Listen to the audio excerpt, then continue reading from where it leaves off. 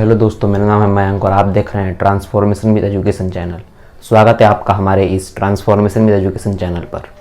दोस्तों, आज हम हमारा लूसेंट जीएस की नेक्स्ट वीडियो को कवर करने जा रहे हैं। So in this video we will cover about Vedic period, यानी वैदिक काल, वैदिक सभ्यता के बारे में हम कवर करेंगे। So in our previous video we have seen that the Vedic period, what is Vedic period, what is Vedic culture, and we have also seen about Rig Vedic culture, Rig Vedic period. So as I have told you that the Vedic period is divided into two parts. So the first part is from 1500 BC to 1000 BC. The second part is from 1000 BC to 600 BC. मतलब basically जो वैदिक period है वो कब से कब तक था?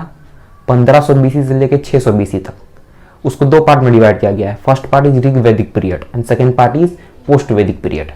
तो ऋग वैदिक पीरियड कब से कब तक था? वो था 1500 BC से लेके 1000 BC तक, और जो पोस्ट वैदिक पीरियड है वो है 1000 BC से 600 BC तक।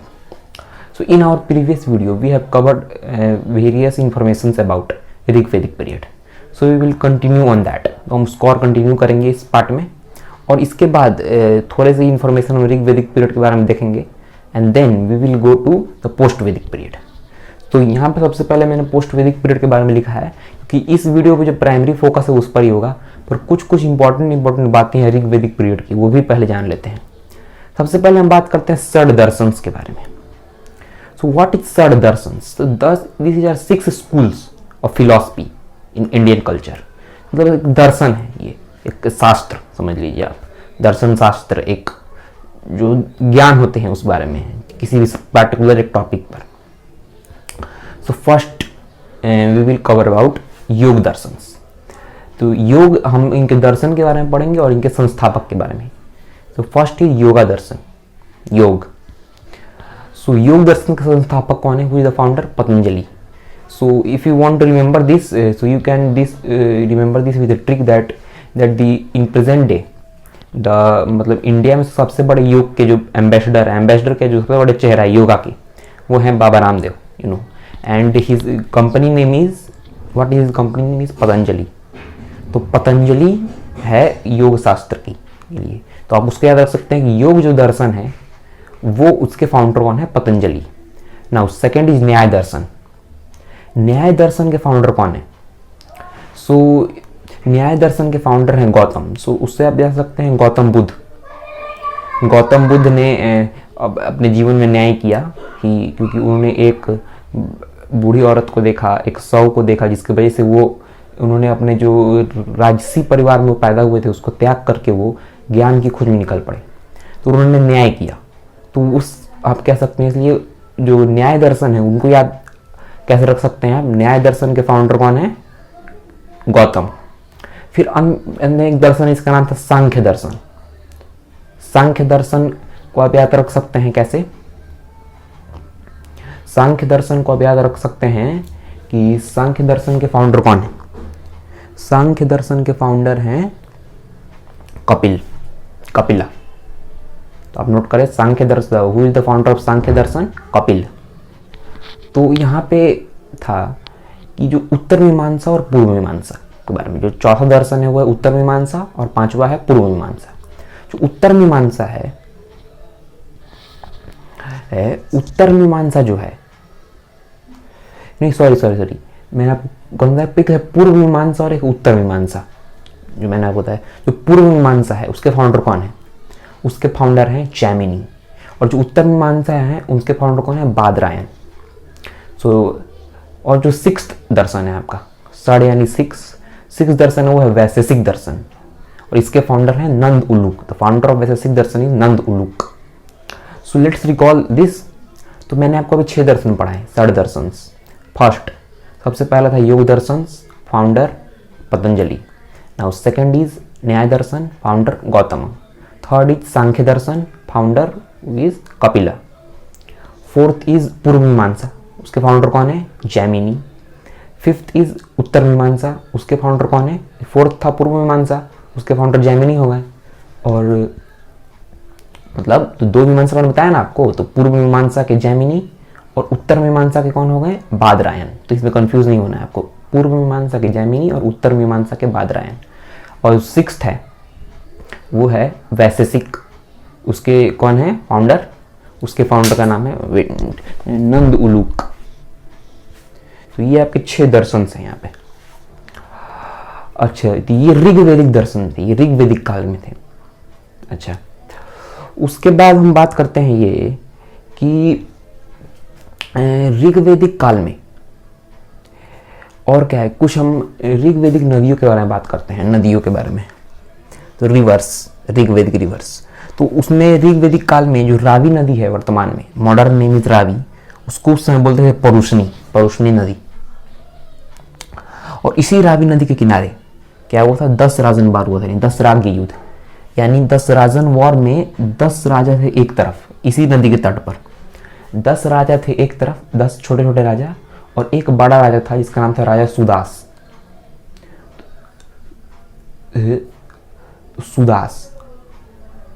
तो 10 राजा एक तरफ थे और दूसरी तरफ था राजा सुदास। इन दोनों के बीच एक युद्ध हुआ था। और ये कैसे मैं बता रहा हूं आपको, तो ऋग्वेदिक काल में 7वें मंडल में ऐसा लिखा हुआ है, और उसमें ही 10 राजन वार का उल्लेख है। और इसमें यह भी उल्लेख है कि 10 राजन वार में राजा सुदास ने अकेले बाकी जो 10 राजा जो संयुक्त रूप से लड़ रहे थे उनको हरा दिया था। तो ये 10 राजन वार का भी एक यहाँ पे उल्लेख है, रोशनी नदी के तट पर है। अच्छा, उसके बाद असिकनी रिवर थी, जिसको मॉडर्न में क्या बोलते हैं, मॉडर्न डे है उसका नाम है चेनाब, उस समय ऋग्वेदिक थी अस्किनी। फिर है सुदूदरी, तो यहाँ पे अब नाम से बदल सत है, तो यहाँ पे सतलज, SUT सतलज। उसका पहले का नाम क्या था? सुदूदरी, ऋग्वेदिक काल में। अभी उसका नाम क्या है? सतलज। फिर थी विताष्टा नदी थी पहले ऋग्वेदिक पीरियड में, उसका नाम था विदाष्टा। अब क्या नाम है? अब नाम है झेलम। फिर है आपको सदानीरा, उसका नाम क्या था? What is this reverse name in Rigvedic period? वो था सदानीरा। अभी क्या नाम है? In modern day it's name is Gandak. Gomti river का आपने नाम सुना होगा, तो मॉडर्न डे वो गोमती, जो पहले की गोमती थी, मॉडर्न डे उसका नाम हो गया गोमल। ये कुभा रिवर है, इसका मॉडर्न डे नाम काबुल है। तो काबुल अफगानिस्तान में भी है, तो वो एक सिटी है, पर काबुल नदी एक नाम की नदी भी है, जिसका पहले का नाम था कुभा, ऋग्वेदिक पीरियड की नदी थी वो काबुल। अच्छा, फिर है विपास, तो इसके नाम से पता चला विपास, तो उसका जो नदी है उसका नाम हो गया है व्यास, विपास से व्यास। ऋग्वेदिक पीरियड में उसका नाम था विपास, अभी उसका नाम है व्यास। और लास्ट नदी कौन सी है? दृष्टवटी रिवर है, और इसका मॉडर्न डे नाम है घग्गर। तो घग्गर नदी का उल्लेख हड़प्पन काल में जब मैं पढ़ाया था उस समय भी आया था घग्गर नदी का उल्लेख। तो आप कमेंट बॉक्स में बताएं कि किस कॉन्टेक्स्ट में आया था, कब आया था, और मैं क्या पढ़ा रहा था तब आया था। मैं आपको अभी नहीं बताऊंगा, वो आप बताएं मुझे कमेंट बॉक्स में। घग्गर नाम है, तो दृष्टवटी उसका पहले का नाम था, अभी मॉडर्न डे नेम है घग्गर। तो ये हमने ऋग्वेदिक पीरियड की नदियों और षड दर्शन के बारे में पढ़ा। तो यहाँ पे हमारा ऋग्वेदिक पीरियड होता है समाप्त। So we will the Rigvedic period is concluded. Now we will start studying about post Vedic period. तो पोस्ट वैदिक पीरियड है, सेकंड पार्ट है वैदिक पीरियड का, जो है 1000 BC से 600 BC तक उसका टाइम पीरियड था। तो पोस्ट वैदिक पीरियड में राजा को चार दिशाएं होती हैं, नॉर्थ, साउथ, ईस्ट, वेस्ट। तो 4 दिशाएं होती हैं, 4 directions are there, north, south, east, west, और सेंट्रल तो होता ही है। तो पोस्ट वैदिक पीरियड में चारों दिशाओं में राजा के अलग अलग नाम थे, किंग। सबसे पहले बात करते हैं नॉर्थ में। पोस्ट वैदिक पीरियड में जो नॉर्थ दिशा में जो राज्य थे, उनके जो राजा थे उनको बोलते थे विराट। से अलग अलग नाम होते हैं, सम्राट, विराट, शहंशाह, अलग अलग जगह अलग, सबका मतलब एक ही है राजा, लेकिन अलग अलग जगह पे अलग अलग नाम से उनको जानते थे। तो नॉर्थ साइड में, पोस्ट वैदिक पीरियड में नॉर्थ साइड में उनको राजा को बोलते थे विराट। अच्छा, साउथ साइड में यानी दक्षिण साइड में राजा को बोलते थे भोज में। और ईस्ट में यहाँ पे मैंने ईस्ट लिखा नहीं है, ये ई हो जाएगा यहाँ पर, और यहाँ पे डब्ल्यू। ईस्ट में उनको बोलते थे सम्राट, और वेस्ट में बोलते थे स्वराष्ट्र। तो 4 नाम कौन कौन है? नॉर्थ में, उत्तर में विराट, दक्षिण में भोज, पूरब में सम्राट, और पश्चिम में, वेस्ट में स्वराष्ट्र बोलते थे। अच्छा, ये 4 दिशाएं तो हो गई, पर बीच में क्या बोलते थे? अगर कोई स्टेट ऐसा है जो सेंट्रल में है, उसको सेंट्रल में जो जो राज्य थे, जो भी राज्य थे, छोटे छोटे राज्य थे, वहाँ पे राजा थे उसके, उनको राजा ही बोलते थे, राजा। तो उत्तर में विराट, दक्षिण में भोज, पूर्व में सम्राट, पश्चिम में स्वराष्ट्र और मध्य में राजा। तो ये इंफॉर्मेशन थी। अच्छा, कौशाम्बी उत्तर वैदिक काल में, पोस्ट वैदिक पीरियड में ईंटों से बना हुआ सबसे पहला शहर, सबसे पुराना शहर वो है कौशाम्बी। कौशाम्बी है। अच्छा, उत्तर वैदिक पोस्ट वैदिक पीरियड में एक ज्वेलरी प्रसिद्ध थी। 2 ज्वेलरी, एक था निस्क, एक था सतमान। जो निस्क था एक हार टाइप का ज्वेलरी था जो गले में पहना जाता था, गले में निस्क। और सतमान भी एक प्रसिद्ध ज्वेलरी थी, तो निस्क और सतमान। अच्छा, अब ऋग वैदिक पीरियड में एक ऑर्गेनाइजेशन, जैसे कोई भी ऑर्गेनाइजेशन होती है, जैसे WHO है, वर्ल्ड हेल्थ ऑर्गेनाइजेशन, RSS है, राष्ट्रीय स्वयंसेवक संघ इंडिया में, बहुत सारी कोई भी ऑर्गेनाइजेशन होती है, उसको या तो ऑर्गेनाइजेशन बोलते हैं, और मॉडर्न डे में भी संस्था बोलते हैं। पर पोस्ट वैदिक पीरियड में उसको उस ऑर्गेनाइजेशन नहीं बोलते थे, या फिर संस्था नहीं। उस समय इंग्लिश तो सही नहीं, मतलब दैट्स द फनी पार्ट, मतलब ऑर्गेनाइजेशन जो है, इसका हिंदी में नहीं होता संस्था। संस्था को संस्था नहीं बोलते थे, संस्था का एक और नाम था, बोलते थे गोत्र। गोत्र का मीनिंग होता था संस्था। तो पोस्ट वैदिक पीरियड में ऑर्गेनाइजेशन को बोलते थे गोत्र, ये रिमेंबर है। अच्छा, आप बोलेंगे सर आपने ऋग वैदिक पीरियड के बारे में बताया ही नहीं कि ऋग वैदिक पीरियड में ऑर्गेनाइजेशन को क्या बोलते थे। तो ऋग वैदिक पीरियड में ऑर्गेनाइजेशन को सभा बोलते थे या फिर समिति बोलते थे, सभा या फिर समिति, या फिर ऋग वैदिक पीरियड में। अच्छा, ऋग वैदिक पीरियड का ध्यान रखिएगा। अभी मैं थोड़ा बैक जा रहा हूँ, ऋग वैदिक में फिर से हम आ रहे हैं पोस्ट वैदिक से निकल के। ऋग वैदिक पीरियड का जो प्रिय पशु था वो कौन था? सबसे फेवरेट एनिमल हॉर्स, घोड़ा। और सबसे प्रिय देवता, फेवरेट आइडल, जिसकी पूजा सबसे ज्यादा होती थी, वो थे इंद्र, देवराज इंद्र, जिनको कहते हैं इंद्र। और पोस्ट वैदिक पीरियड में कौन थे सबसे फेवरेट देवता, फेवरेट आइडल कौन? प्रजापति। Who is Prajapati. अच्छा, अब हम बात करते हैं कि ये हो गया यहाँ पे। उसके बाद हम थोड़ा सा आते हैं आपको ऋग वैदिक पीरियड में, फिर से उसमें कुछ कपड़ों की बात करते हैं। तो ऋग वैदिक पीरियड में जो कपड़े पहने जाते थे, तो आज हम इसको बोलते हैं, जैसे ये स्वेटर है, शॉर्ट पैंट बोलते हैं। उस समय क्या बोलते थे? उस समय बोलते थे वास, अधिवास और उष्णीव, ये 3 नाम थे। जैसे आज भी बहुत सारे कपड़े हैं ना, स्वेटर, शॉर्ट पैंट, जीन्स, ये सब, उस तरह उस समय भी थे, वास, अधिवास और उष्णीव थे। और जो आज हम लोग जो कपड़े जो अंदर पहनते हैं, जैसे हम गंजी बोलते हैं, फिर बनियान बोलते हैं, तो वो उस समय क्या बोलते थे? उसको अंदर पहनने वाले कपड़े को नीवी।